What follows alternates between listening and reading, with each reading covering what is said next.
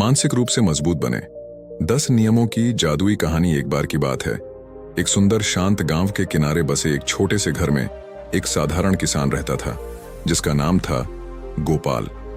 गोपाल का जीवन सरल था, परंतु वह हमेशा परेशान और असमंजस में रहता था। उसे छोटी छोटी समस्याएं भी बड़ी लगती थीं। एक दिन गोपाल को गांव के एक बुद्धिमान वृद्ध ने बताया कि अगर वह मानसिक रूप से मजबूत बन जाए तो उसकी सारी समस्याएं सुलझ जाएंगी। गोपाल को यह बात गहरी लगी। वह वृद्ध से पूछ बैठा, क्या आप मुझे मानसिक रूप से मजबूत होने का मार्ग दिखा सकते हैं? वृद्ध ने मुस्कुराते हुए कहा, इस दुनिया में हर उत्तर मिलता है, पर शर्त यह है कि तुम्हें उसे खुद खोजना होगा। वृद्ध ने गोपाल को एक जादुई किताब दी जो बेहद पुरानी लग रही थी। किताब के ऊपर चमकते अक्षरों में लिखा था, मानसिक शक्ति के 10 नियम। गोपाल ने उत्सुकता से किताब खोली और पहले पन्ने पर लिखा था, पहला नियम, स्वयं पर भरोसा रखो। गोपाल ने सोचा, क्या मुझे खुद पर भरोसा नहीं है? वह विचार करता रहा कि कितनी बार उसने दूसरों की सलाह पर भरोसा किया, पर अपनी अंतरात्मा की आवाज को अनसुना कर दिया। फिर उसने दूसरा पन्ना पलटा जहां लिखा था, दूसरा नियम, अपने भय का सामना करो। उस रात जब गोपाल अपने कमरे में अकेला बैठा था, अचानक उसे लगा कि कोई अदृश्य शक्ति उसके चारों ओर मंडरा रही है। वह डरा हुआ था, पर उसने अपनी किताब में पढ़े नियम को याद किया। गोपाल ने साहस जुटाकर उस अदृश्य शक्ति से पूछा, तुम कौन हो? तभी उसके सामने एक सफेद प्रकाश प्रकट हुआ और उसने कहा, मैं तुम्हारा भय हूं। जब तक तुम मुझे पहचानोगे नहीं, मैं तुम्हारे साथ रहूंगा। गोपाल ने साहसपूर्वक कहा, मैं तुम्हें जानता हूं और अब से मैं तुम्हारा सामना करूंगा। प्रकाश धीरे धीरे धुंधला हो गया और गोपाल का भय भी उसी के साथ गायब हो गया। अगली सुबह गोपाल ने तीसरा नियम पढ़ा। तीसरा नियम, हर परिस्थिति में धैर्य रखो। एक दिन गोपाल की फसल अचानक खराब हो गई।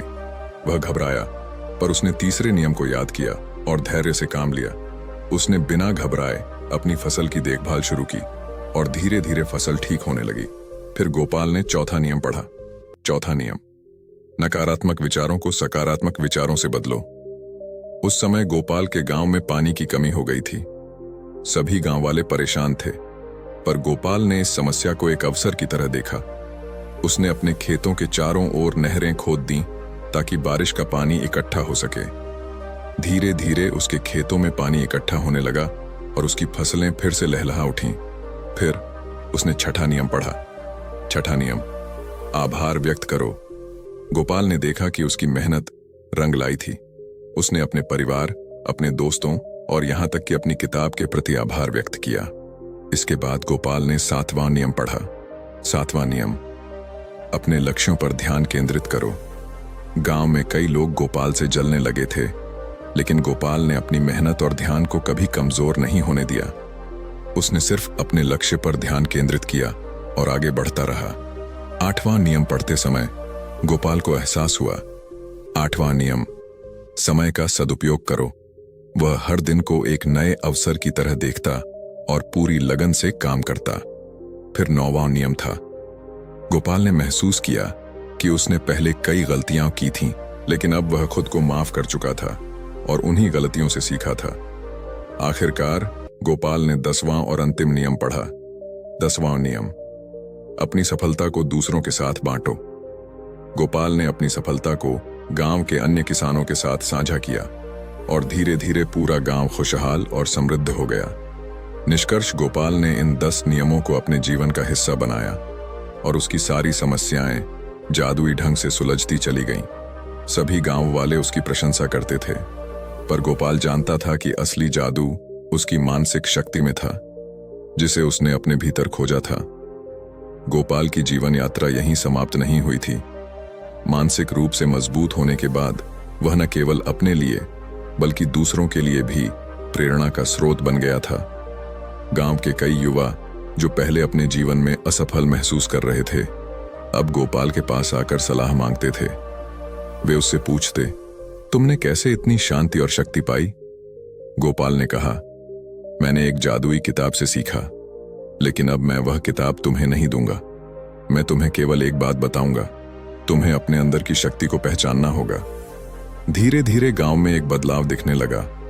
जो लोग पहले छोटी छोटी बातों पर लड़ते थे, अब धैर्य और समझदारी से काम लेने लगे।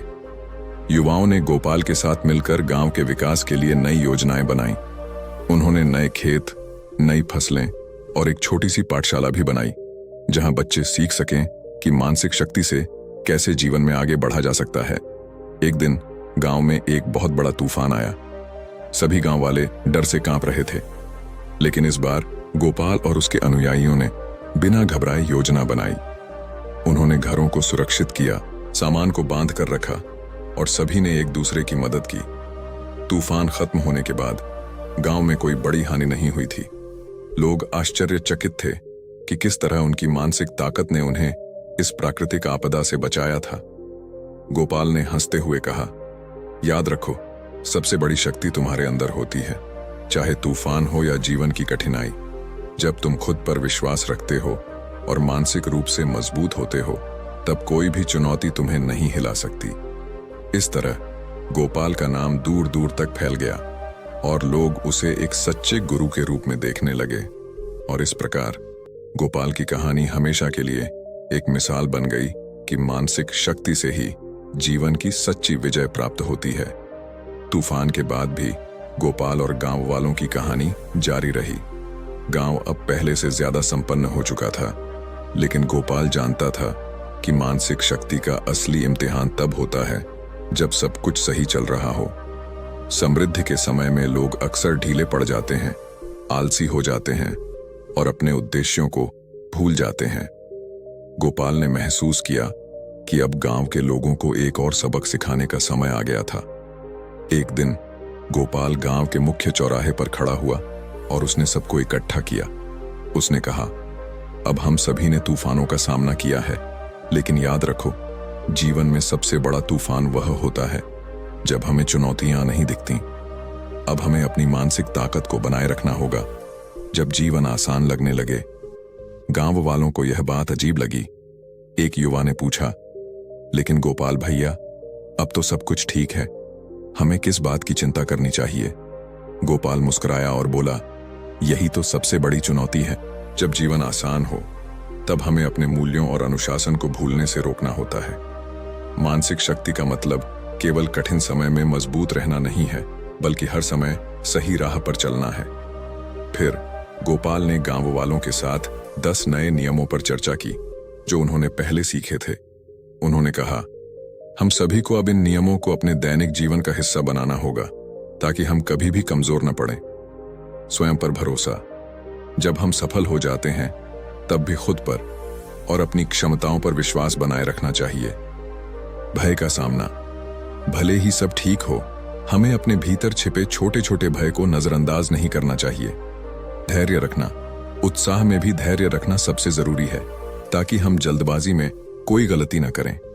नकारात्मकता को दूर रखना, हर दिन कुछ नकारात्मकता जरूर आती है, उसे पहचानो और तुरंत सकारात्मकता से बदल दो। समस्याओं को अवसर में बदलना, सफल समय में भी अवसर ढूंढो, ताकि भविष्य की कठिनाइयों के लिए पहले से तैयार रहो। आभार व्यक्त करना, कभी भी अपनी सफलता को हल्के में न लो, हमेशा दूसरों के प्रति आभार जताओ। लक्ष्य पर ध्यान केंद्रित रखना, सफलता मिलते ही ध्यान भटकना आसान होता है, लेकिन असली मानसिक ताकत लक्ष्य पर स्थिर बने रहने में है।